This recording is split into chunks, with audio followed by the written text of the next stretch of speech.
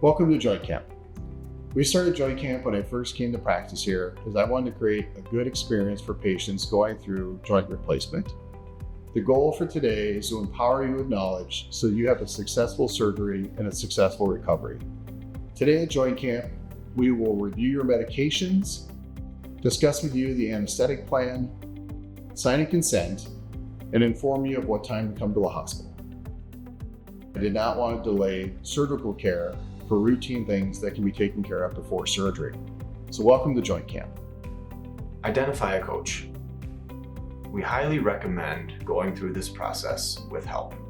You will need help getting to and from the hospital for your surgery, as well as for the first few days following surgery.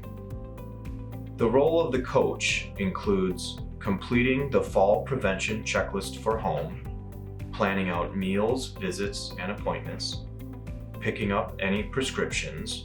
The coach is ideally someone who can stay with you for a week after surgery when you return home from the hospital. Your coach can also stay with you in the hospital if desired.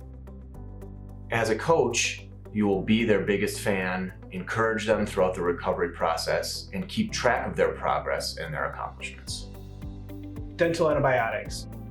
We follow the current guidelines from the American Academy of Orthopedics and the American Dental Association for antibiotic use after joint replacement.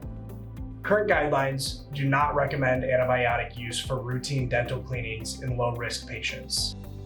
Previous recommendations recommended antibiotic use for all patients, however that has changed, and now we only use it for deep dental procedures below the gum line, such as root canals. This could be an exception for high-risk patients, such as patients that have diabetes, patients that are immunocompromised, or patients that fall into other high-risk categories where we may recommend antibiotics before routine dental procedures. We also recommend that you do not schedule any dental appointments for at least 3 months following your total joint replacement. Before surgery, you need to protect your skin from cuts and abrasions. Cuts and abrasions can harbor bacteria, which can potentially cause infection. If you have a cut or an abrasion on your skin, please contact us before the day of surgery to have this evaluated by a provider in clinic to determine if it's safe to proceed. The night before surgery, your bags are packed and you should be getting a good night's sleep. You should not eat any food 8 hours before your scheduled procedure time. We do allow patients to have clear liquids in coffee without creamer, emphasized no creamer, 2 hours before your arrival to the hospital. We also allow white grape juice or apple juice. If you're a diabetic, we recommend sugar-free juice to prevent a glucose spike. There's also an Ensure Create surgical drink that is sold at our pharmacy. The purpose of these drinks is to decrease your pre-surgery dehydration. The glucose in some of these drinks also helps with hunger while you're waiting for your surgery and can help with post-operative nausea. The nursing staff will clarify your eating and clear liquid times with you today when they inform you of your scheduled arrival time. We are tobacco-free at the hospital. Additionally, any tobacco products can increase your risk for infection to 4 times the average population. If you are a smoker or a tobacco user and require a patch, that can be provided for you the day of surgery. Stool softeners. We recommend starting a stool softener the night before surgery. Most of the medications that we give you for pain have the unwanted side effects of causing constipation. Being mindful of this and eating a diet high in fiber can help minimize any constipation or issues you could have related to this. We recommend that you shower the morning of surgery. Showering can decrease the bacterial load on your skin. After you've showered, dry off the surgical area and use one of the provided chlorhexidine wipes on your surgical area before arriving to the hospital. All this is done to help decrease the risk of infection. Today you're going to meet with a surgical nurse. They will review your home cleansing instructions and provide the time for your arrival at the hospital prior to your surgery. This is typically 2 hours before your procedure time. This is the amount of time it takes to get everything ready on the day of surgery. Typical surgical timeline. Assuming you had an 8 a.m. surgery, You'll typically arrive 2 hours before your surgery at 6 a.m. You will be brought to the pre-surgical area and be met by one of the admitting nurses. They will start an IV and confirm the surgical plan. You will then be given pre-surgical medications such as antibiotics and pain medication. The surgeon will then come and mark your preoperative site. An anesthesia will come and verify your anesthesia plan.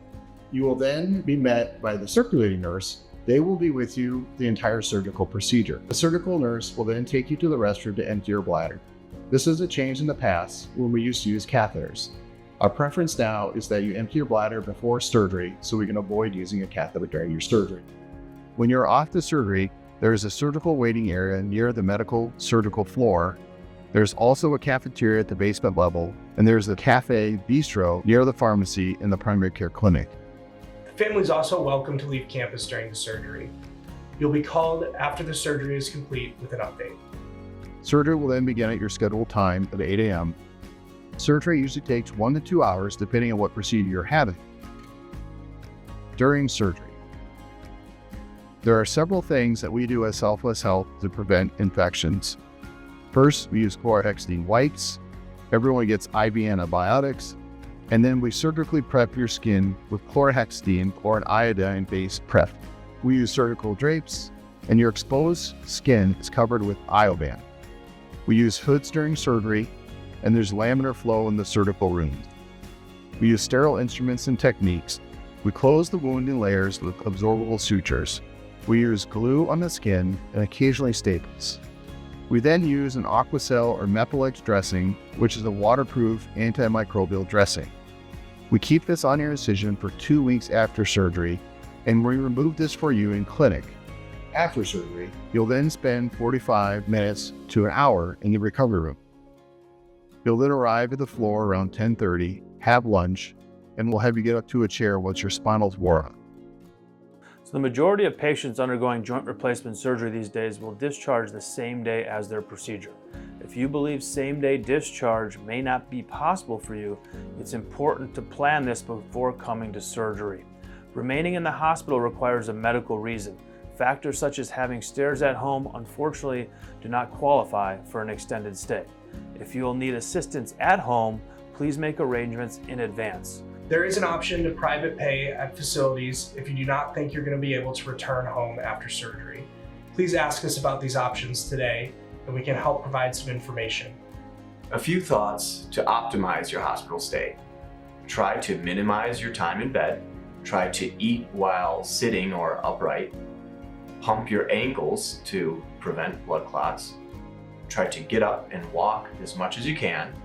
It's the walking that helps decrease constipation, nausea, and blood clots. Anesthesia. Overall, there are 2 general categories of anesthesia.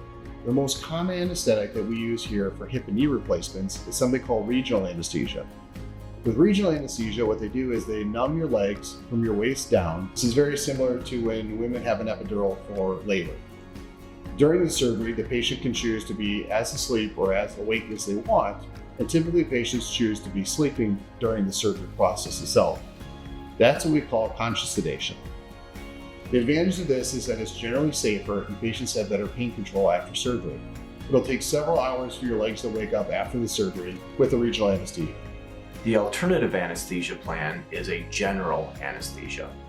This is done for all patients receiving a total shoulder replacement and some patients receiving a hip and knee replacement who cannot get regional anesthetic.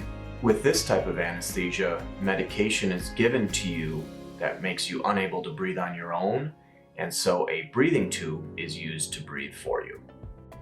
The other thing that they will talk to you about today during joint camp and on the day of surgery is using regional nerve blocks. So typically for knee patients, there's something called an adductor canal block, which helps numb the anterior part of your knee for surgery. It decreases your pain medication afterwards. A similar process is done for the shoulder, where your arm will be numbed, and after surgery, your arm will be numb for a period of time and you'll have less pain. These are other things that the anesthetist will talk to you about today at joint camp. Pain medications. Everyone is unique and everyone experiences pain differently. We typically give every patient scheduled Tylenol, a non-steroidal anti-inflammatory, and oxycodone. Depending upon your past experiences or how you deal with these medications, we adjust these for each individual patient. Some patients have allergies, and we have to account for those as well. We also have ice packs and an ice machine. Some patients do not need to take pain medications, and others take them frequently. The goal of the time in the hospital is to gauge the amount of medications that you need for your pain. It's important to know that some insurance companies and some pharmacies limit the amount of opioid pain medication that are dispensed. They are trying to limit abuse, and they're trying to decrease the risk for addiction. You may have to purchase some of these medications out of pocket if they're not covered. If you need refills, we will try to wean you off your medications, and we may switch you to something that's less potent.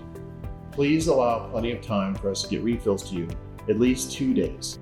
The goal is not to completely eliminate your pain, but to make your pain tolerable after surgery. You will meet with a pharmacist today to discuss your current medications and your planned medications for discharge. All patients who have a hip or knee replacement will be on a blood thinner post-operatively. Typically, we give patients 81 milligrams of aspirin twice a day for 6 weeks. If you have a history of blood clots, a history of pulmonary embolism, or you're at higher risk, we may give you some alternative medications aside from aspirin, such as drugs called Eliquis or Xarelto. If you take a blood thinner prior to surgery for a chronic medical condition such as atrial fibrillation, we'll have you hold that medications prior to surgery, and you'll resume that after your surgery. We will discuss these with you today with the pharmacist.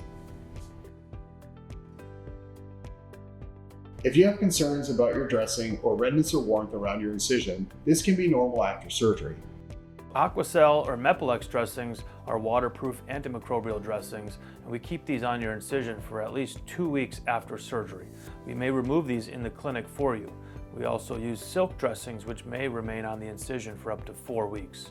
These bandages are extremely absorbent, so even a small amount of blood can look significant on the outside of the bandage. Small amounts of blood spots are not concerning. If there's drainage on your dressing and it touches the edges or is larger than a quarter size, we may need to change your dressing. If your bandage is wet, please just call our clinic and we're happy to provide you guidance. This is not an emergency and not something that needs to be done at midnight, but it's something you should call the clinic about the next morning.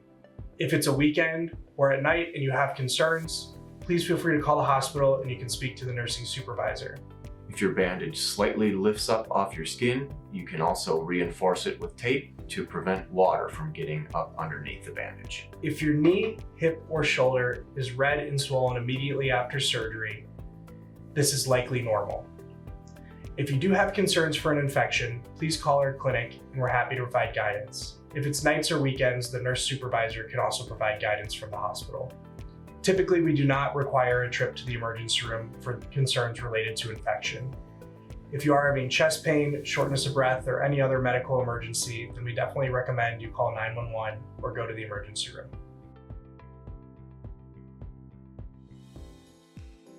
Hi, my name is Carrie Sue Stang. I'm the Director of Rehab Services at Southwest Health. We're really excited to help you following your joint replacement surgery at Southwest Health. We want to just give you some tips and suggestions to help you have a successful outcome. First of all, we want to make sure your house is prepared for you. If you have steps, please install a railing to provide additional stability and safety, making it a safer environment for you to navigate throughout your recovery.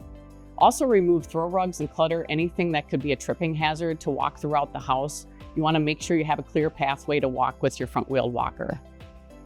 Make sure you have a coach, someone that's going to be with you at home to help you with day-to-day activities, helping you with meals, laundry, helping you with your exercises, and taking you to appointments. We recommend you go over the exercises in the Joint Camp Handbook so you have an idea and know how to be prepared for the exercises that we will be doing after your surgery. Most importantly, make sure you schedule your follow-up outpatient therapy at Southwest Health or at the other clinics that you may be attending. You want to schedule those as soon as possible so you do not have any delay in your care. Please confirm a date and a time of your PT appointment so that you can get started after your surgery. We recommend that our hip and knee replacement patients have a front or a two-wheeled walker. Four-wheeled walkers can be unsafe and unsteady.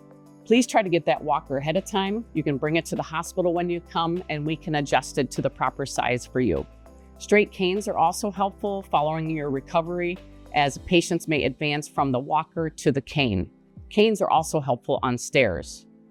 There's 3 options of getting the walker. You can borrow a walker from someone or get it from a loan closet. The Grant County Loan Closet in Lancaster is very helpful. It has a walker for $5 for 6 months. It's a great option. You can try to go through your insurance. One of the providers can write a prescription for the front-wheeled walker.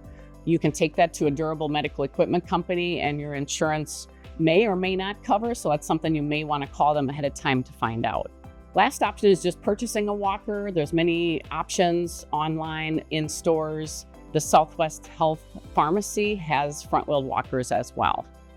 Bathroom equipment such as a raised toilet seat, shower seats, and benches can be found at local loan closets or purchased online or in stores. These items are not covered by insurance. Raised toilet seats are helpful if you have a low toilet, and a shower bench is helpful if you have a tub-shower combination to improve your stability of getting in and out of the tub. After surgery is a busy day. You'll be having physical and occupational therapy. Physical therapy will be working on walking, getting in and out of bed, up and down from chairs, stairs if you have them, and going over your exercises. Occupational therapy will be working on the activities of daily living, toileting, dressing, bathing, and making sure you know how to handle these tasks and get by day to day. Once your therapies are complete, you'll be ready for discharge. Discharge is usually an hour after your last therapy session is complete. Once you go home, we recommend you walk every 1 to 2 hours and do your exercises 3 times a day. Once you start your outpatient physical therapy, they will advance your exercises and your mobility until you achieve your goals. Thank you. We'll see you soon.